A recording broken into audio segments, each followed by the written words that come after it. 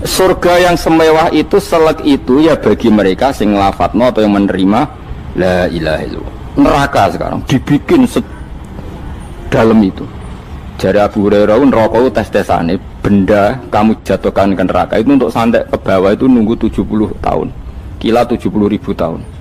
Jadi nak HP membuat ceblok nang neraka itu ceblok itu ngenteni 70 tahun. Betapa dalamnya. Ada nikmat batinah, yaitu kepuasan mendapatkan ma'rifatullah. Aku ulang lagi, kepuasan mendapatkan apa? Ma'rifatullah. Itu nikmat batin.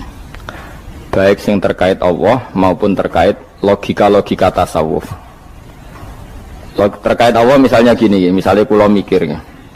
Kula nu bolak-balik matur niki, berkali-kali di tempat ngaji ini. Kim-ki jenengan eling, mboten gadah masalah ingatan ini eling-eling. Eling-eling tenan. Wong nak soleh, ya soleh, soleh. Cek soleh mulai cilik, cek soleh dadakan terus husnul khotimah. Pokoknya napa? Soleh. Niku nak mati, niku bumi ku nangis. Nangise bumi ku kekurangan utawi kalong wong sing sujud ning ndekne. Ya Allah Gusti, biasanya wonten tiyang niku sujud teng nggen kula, dia berperilaku baik teng nggen kula, sakniki tiyang niku pun jenengan ambil, nangis bumi. Sakniki sing urip arek bedua-bedua, damel narkoba, damel ngefly, damel macam-macam lah. Itu nangis bumi. Langit semeneng. Gusti matur nuwun Gusti, orang itu saya tunggu lama, sekarang sudah engkau angkat ke tempat kami. Maksudnya diangkat teng langit. Sing bumi nangis, sing langit napa? Seneng. Nah, kemudian kita berpikir begini, bumi kok iso nangis ku piye? Nah itu terserah sampean apa termasuk ulama zahir apa termasuk ulama batin. Kalau ulama zahir mengatakan bumi nangis itu mau kinayatun anil husni, pokoknya pantese bumi itu susah, wong kelangan putra terbaiknya. Tapi nak cara ulama-ulama hakikat yang mengenali sekali betapa kudrohnya Allah, betapa kudrohnya Allah itu tidak terbatas. Itu yang meyakini bumi nangis itu nangis tenan. Misalnya ngaten kula tak terangno malih ya. Kowe bayangno dadi Nabi Adam, ngrungokno kowe. Kowe bayangno dadi Nabi Adam. Nabi Adam tenan maksudnya. Terus Nabi Adam orang pertama, dia tahu betul kalau dia dicipta dari bumi. Dan dia pula tahu betul, beliau tahu kalau dia bisa ngomong, bisa mikir, bisa macam-macam. Terus indukannya beliau itu bumi. Mesti pikiran Nabi Adam, jangan-jangan bumi ini juga bisa berpikir kayak saya. Ini kan materi saya, karena saya dari bumi ini bisa ngomong, bisa melihat macam-macam. Terus bedanya apa manusia mbek napa? Umpama kowe dadi nabi napa? Adam. Orang yang dekat sekali, qoribu ahdin, dekat sekali dengan kesaksian kudroh Allah. Gini ku dekne roh nak materine kok bumi, dan dia orang pertama yang orang lali kamane. Tapi ketika sudah ribuan orang, mungkin jutaan orang, lali, seakan-akan bumi itu tidak jenis dari kita. Bumi adalah hal yang berbeda dengan kita. Kita manusia berakal, bumi itu benda mati. Terus kowe katut wong goblok-goblok, bumi itu benda mati. Sajane ya rada kriminal wong Islam muni bumi itu benda mati. Enggak bisa berpikir, yang bisa berpikir hanya manusia.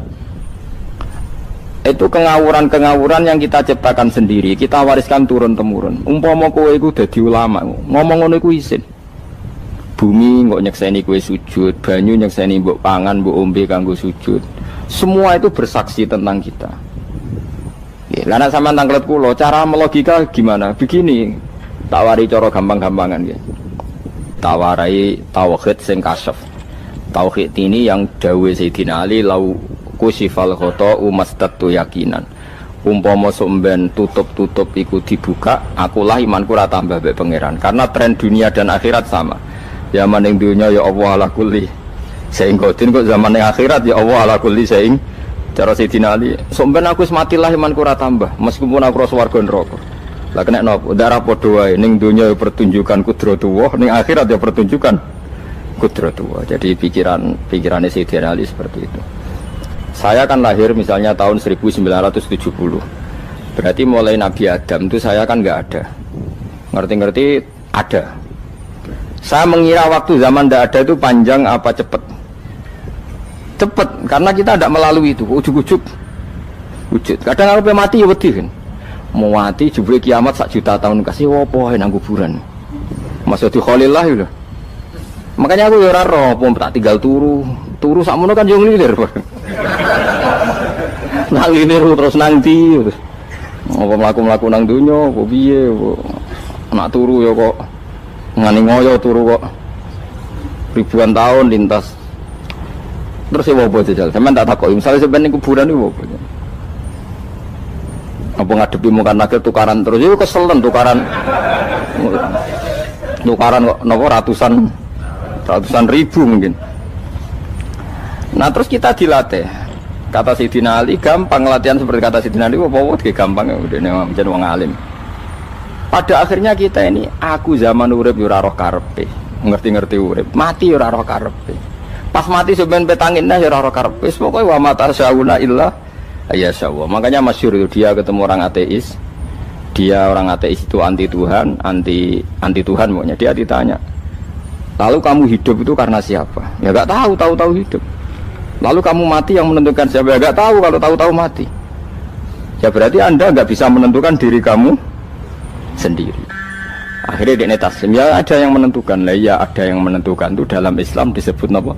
Allah, disebut kalimatu haqqin alaiha nahya wa alaiha namut. Jadi kalau maknani itu kalimat yang benar-benar nyata, yang karena kalimat itu pula kita mendapat kehidupan, yang karena kalimat itu pula kita mati, yang karena kalimat itu pula kita akan bangkit lagi. Itu yang makna hakikat. Tapi kalau makna syariat nggak begitu. Kalau makna syariat begini, dan ini benar juga.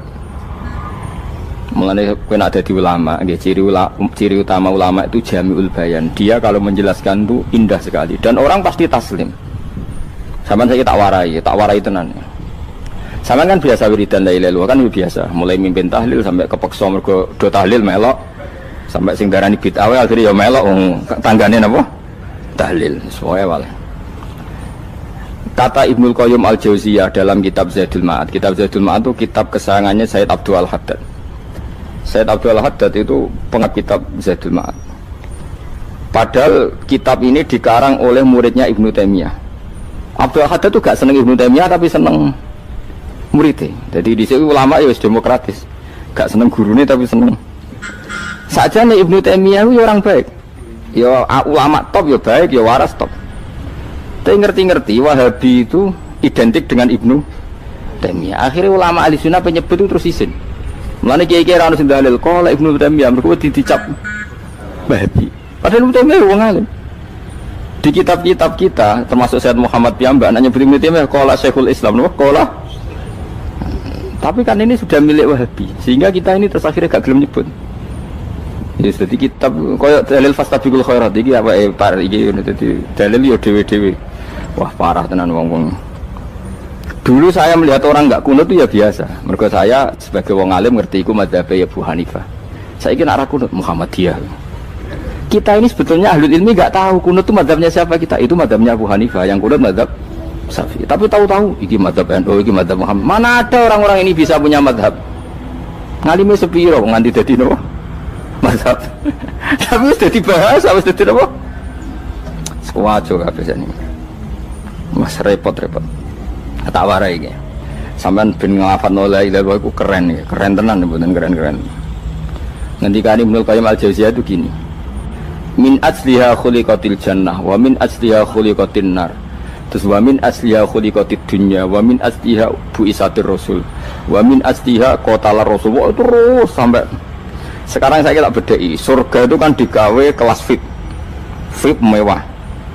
Terus jari rugane widadari dulu kan nak wingi sebut. Kira 70. 70. Wayu kabeh ora ono sing kriting, wayu kabeh. Wayu kabeh terus gak tahu delok wong liya kan. Kadang bojo kita wis elek jek delok.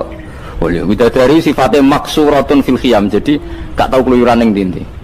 Wayu kabeh. Lek surga yang semewah itu selek itu ya bagi mereka sing nglafatno atau yang menerima la ilaha illallah. Neraka sekarang dibikin dalam itu. Jari Abu Hurairah neraka itu tes-tesane benda kamu jatuhkan ke neraka itu untuk santai ke bawah itu nunggu 70 tahun. Kila 70.000 tahun. Dikira HP yang membuat ceblok neraka itu cebloke ngenteni 70 tahun. Betapa dalamnya. Ngentekno bego piro ya bayang misalnya. Oh itu kontraktor mana saja tidak sanggup itu disuruh ngeduk kedalaman neraka. Iku ya mau kanggo wong sing menolak la ilaha illallah. Jadi kalimat ini luar biasa. Swarga digawe bagi yang nerima, neraka digawe ya untuk yang menolak. Ya kalimat sing kowe nak tahlilan turu iku lho. Iku kalimat sing nggo alasan Allah gawe swarga. Terus kalimat sing suwe-suwe sing lafadzno diarani bid'ah iku. Itu kalimat sesakral ini nasibnya akhir zaman iku entek. Gara-gara dilafadzno tahlilan tersangka jadi apa? Bid'ah. Dulu kalimat yang dipuja-puja penyebab surga dan neraka. Saiki kalimat itu tersangka. Mau perkara napa? Bid'ah. Wis aja melok-melok, kowe debat ya ora iso makili aku sebarno iso. Kok kowe terusno dalan tok. Dah. Berarti la ilaha illallah itu kalimat yang surga dibikin karena itu, neraka dibikin ya karena itu. Kemudian Allah punya sunnah, lalu butuh pelatihan. Dikasihlah Allah gawe bumi. Piye-piye manusia butuh latihan, dibikinlah bumi. Dan ini latihan ikrar la ilaha illallah dengan sadar, dibikinlah bumi, liyabluwakum terus dites. Wes digawe bumi, ono makanan, ono minuman, ono wong wayah, ono pegatan macam-macam, wong diutang wis mbulet macam-macam. Gue ngetes, eling la ilaha apa eling utangi, eling la ilaha apa eling kasuse, pokoknya dites. Karena nggak fair kalau Allah bikin itu kemudian nggak dites, dibikinlah darul imtihan. Dunia itu bahasa Arabnya darul imtihan, tempat tes-tesan. Imtihan mana apa? Tes, liyabluwakum, diuji. Wes diuji kita hidup. Artinya kita dihidupkannya pun oleh Allah demi tes-tesan la ilaha, itu disebut kalimatu haqqin alaiha. Nah ya sebenarnya kita hidup pun ini untuk dites. Pada akhirnya la ilaha illallah apa enggak? Paham ya? Terus dites. Allah itu juga secara hukum itu kan nggak fair, dites kok nggak punya pemandu, dibikinlah rasul, diutuslah para rasul untuk pemandu. Tes itu kan butuh seru, mak pemandu tok ora ono musuhe kan gak seru, dibikinlah setan. Saja nih sebagian kita sudah setan tapi ini ben seru. Lho ndak setan kan minal jinnati wan nas, rumangsamu setan usopo. Baik setan minal jinnati wan nas. Jadi kena muni auzubillahi minasyaitonir rajim, terjemahnya berlindung Allah dari saya sendiri ya Allah itu. Lho itu kalau lama dulu biasa auzubillahi min syururi anfusina wa min sayyiati a'malina. Sebenarnya kita berlindung hanya dari setan yang jauh, iblis enggak. Ya setan diri kamu sendiri, min syururi anfusina, dari kejelekan diri kita. Ngomongnya do ujug, soalnya setan tuh makhluk gaib sing piye. Lah kowe iku sapa? Nganti kowe maksiat terus mergo akrab klop, roh mbek setan klop, mulai terus maksiat. Dah. Allah ngutus pemandu yang ngecul setan ben fair. Napa? Fair. Jadi semua darul ibtila ini juga demi kalimat. Nah, makanya disebut kalimatu haqqin sing alaiha nahya. Kita hidup ya demi mendapatkan kalimat itu. Kita mati nanti ya demi kalimat itu, artinya mati ke neraka ya karena kalimat itu kita menolak atau mengabaikan. Masuk surga ya karena kalimat itu kita hormat, kita benar dalam memperlakukan kalimat itu. Berarti alaiha nahya wa alaiha nam. Terus wa alaiha nub'as karuan, kalau kamu termasuk minal aminin ya nub'as minas solihin, kalau minal kafirin ya nub'as minaz zalimin. Tapi semua desain dunia ini hanya demi kalimat la ilaha illallah Muhammadur Rasulullah. Nah ini kan penting. Bagaimana mungkin kemudian kalimat sesakral ini, sehebat ini, kemudian ada orang tahlil kamu tidur. Kok iso? Kalau janggal kok iso wong turu. Misalnya kayak mangkel, kalau mangkel sing mimpin Gus, suwira barbar.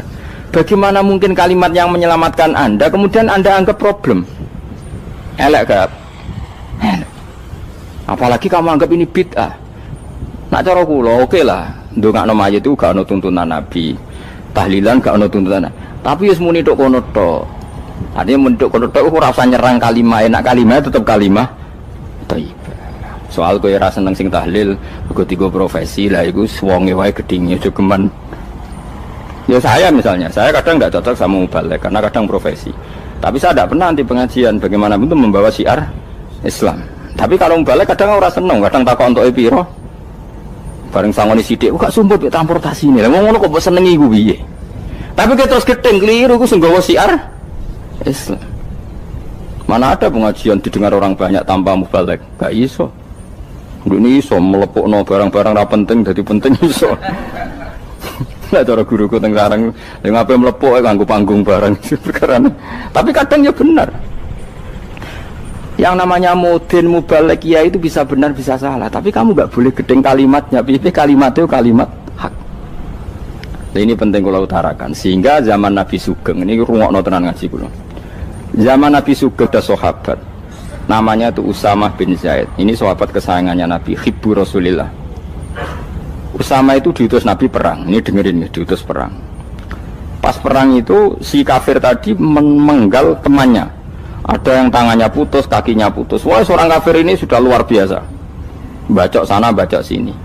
Ketika terdesak oleh pasukan Usamah, kebetulan Usamah ini cakap ya, sama beberapa temannya orang Ansor. Orang kafir yang sudah Koto'a arjulana wa koto'a aidiana, dia pas terdesak bilang la ilaha illallah. Terus sama Usamah tetap ditusuk, dibunuh karena dia berpikir ini qolaha muta'awwidzan, dia melafadzkan kalimat itu hanya berlindung dari pembunuhan. Setelah dilaporkan Nabi itu marah besar. Nabi ngendikan kaifa anta ya Usamah bila ilaha illallah idza ja'at bika yaumal qiyamah. Kowe nak ditakoki la ilaha illallah ku piye? Piye-piye wis ngomong la ilaha illallah, tapi sampai ngomong ngoten sak usih ngetoki tangan kula, maksudnya tangan kula tangan kelompok saya, tiga-tiga saya. Nabi tetap jawab kaifa bila ilaha illallah idza ja'at bika yaumal qiyamah. Pokoknya Nabi menyoal terus. Sampai menjadi fatwa ijma'nya fuqaha, siapapun yang melafadzkan la ilaha illallah harus kita terima meskipun qolaha muta'awwidzan, meskipun saat melakukan hanya cara zahir berlindung dari kematian, sehingga kita terima. Orang kafir yang 80 tahun kafir melafadzkan la ilaha illallah 1 menit menjadi mukmin. Sampai ada ayat kulil ladzina kafaru iyantahu yufar lahum ma qad salam. Ini kalimat yang sakral, bahkan kafir yang 80 tahun saja menjadi mukmin hanya karena melafadzkan la ilaha illallah. Mulane yang ngaji saya, yang seneng saya, jangan pernah kamu mengatakan ada bid'ah yang orang bisa jadi kafir. Bagaimana mungkin orang mukmin yang ke kuburan dan melafadzkan la ilaha illallah kamu katakan kafir?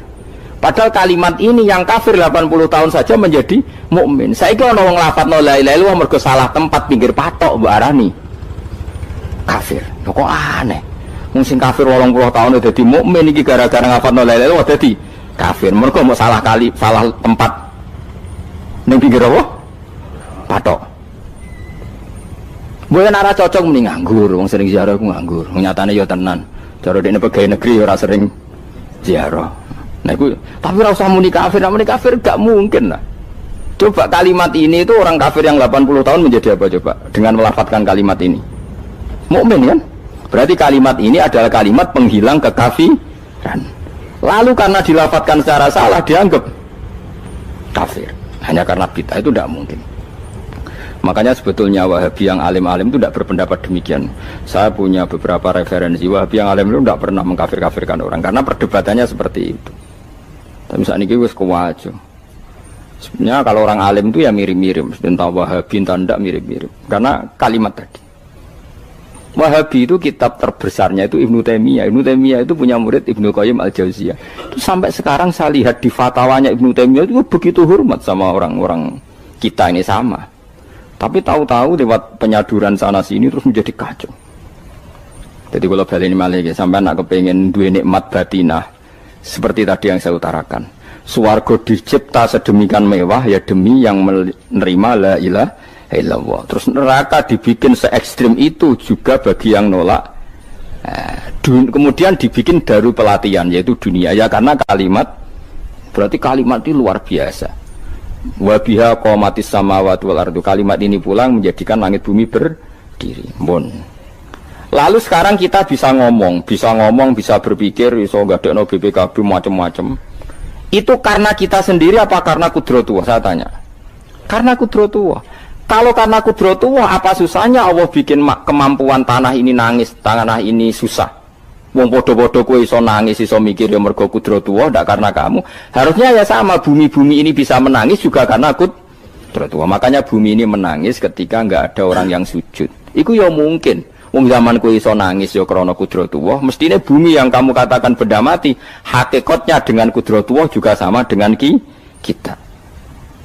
Mulane tenggene kitab Al-Husunul Hamidiyah, kula ngrasa utang tenan mbek kitab. Dulu saya ngaji 2 tahun kitab Al-Husun. Kitabnya kecil tapi saya ngaji itu 2 tahun. Berkali-kali saya ulang. Itu beliau cerita gini.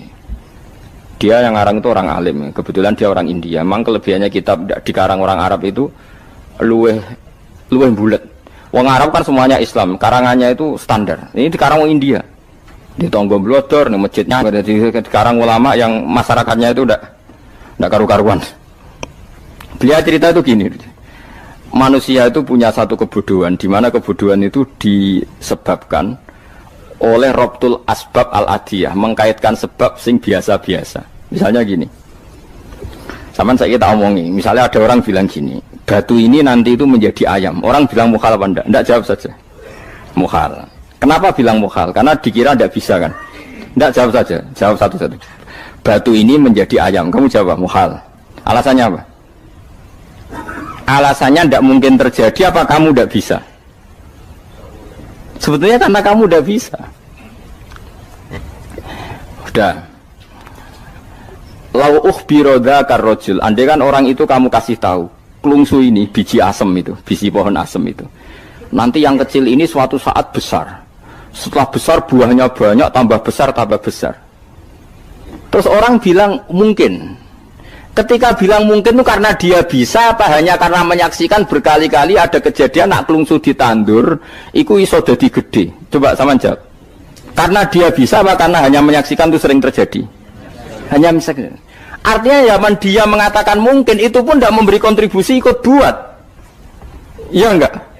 Tetap bergantung kudrahnya Allah. Dia hanya bilang mungkin karena sering melihat. Sebenarnya dia enggak sama sekali memberi kontribusi. Lah ya darani mungkin ya ora urun. Paham ya? Lalu kenapa dia kecangkeman terus muni wong wis mati dadi lemah gak mungkin dadi manusa meneh. Lho zaman dadi manusa sing wis ngene iki kok mani dene lara melo gawe. Terus muni mungkin mergo sering terjadi, sering roh, sering bersaksi. Berarti sebetulnya manusia itu pakai ukuran dia mampu tidak mampu apa pakai ukuran bersaksi melihat. Bersaksi. Nah ini kan problem kita sebagai manusia itu problem. Mulane disebut wa kanal insanu dzaluman jahula wis goblok aja-aja. Mergo manusia itu nak wis goblok aja-aja. Makanya saya kemarin diminta ngisi di pondok kajen. Kalau sampeyan berdebat sama orang ateis atau orang komunis itu gampang saja. Dilatih begini seperti teorinya Quran. Ya nanti saya teruskan ini tak ulang lagi ya. Saya ulang lagi ya. Andai kan nggak pernah terjadi telur itu jadi ayam, nggak pernah terjadi sama sekali. Telur itu jadi ayam. Terus kamu mengasih tahu orang tadi, telur ini loh nanti jadi hewan yang hidup terus terbang. Mesti dia bilang muhal, mau benda mati kok nanti jadi benda hidup yang terbang ngalor ngidul. Berhubung sering terjadi dan dia pun tidak ikut bikin, bilang mungkin. Paham? Saya ulang lagi ya. Berarti dia bilang mungkin karena sering apa? Terjadi dan dia lihat. Andai kan pertama kali nggak ada telur sama sekali yang jadi ayam, terus pengalaman pertama di dunia belum pernah terjadi. Kamu kasih tahu telur ini nanti jadi ayam terus terbang. Orang ini bilang muhal enggak? Muhal. Berhubung sering terjadi bilang enggak? Nah berarti kita nanti bangkit dari kubur gampang saja bagi Allah. Cuma belum pernah terjadi kamu mengatakan muhal. Nah makanya otak kita harus dibenahi. Kalian jogeman percaya ambek yang pernah kita lihat, yang sering kita lihat. Percayalah dengan akal, tapi akal waras deh. Para waras itu serepot tatanannya wangil. Makanya Islam itu melatih. Kul falillahil hujjatul balighah. Misalnya begini ya, dulu kalau Gerwani atau PKI atau siapa saja lah, itu kalau melatih anak-anak TK, makanya seorang ulama harus punya kecakapan penjelasan ibanatul ahkam. Itu anak-anak kecil dilatih. Anak-anak kamu terpejam, mintalah manisan sama Allah. Ya Allah saya minta manisan, saya minta permen. Terus disuruh buka, dapat enggak anak-anak? Enggak dapat bu. Wah berarti Allah enggak ada. Sekarang minta sama bu guru. Bu guru kami minta permen dikasih. Berarti yang ada bu guru bukan Tuhan gitu. Akhirnya jadi gerakan ateisme. Nah sebetulnya untuk melawan gerakan itu kita harus melatih begini misalnya gini. Saya itu pernah ketemu sama orang yang berpikiran komunis. Oh komunis cekek. Dia nantang saya gini, Pak, pokoknya saya tidak bisa nerima konsep Tuhan sebelum Anda bisa menjelaskan kenapa ada Tuhan. Jadi, bocah kok elek ini. Nah, aku ngerti aja, sak cerdas ini tetap cerdas aku yakin tetap cerdas aku. Rasanya selain raine serama meyakinkan, tak pikir tetap cerdas. Kulo itu kan wong Quran gitu, artinya punya pikiran panjang. Mungkin di antara orang Islam kita ini tidak punya kecakapan menjelaskan. Tapi kalau orang sering baca Quran, apalagi dia ngaji tafsir ya, yang waras maksudnya waras lah. Terus rapati seneng duit, barang ini penting. Kalau seneng duit, mari goblok. Yakin ulama seneng duit, mari goblok, tak jamin.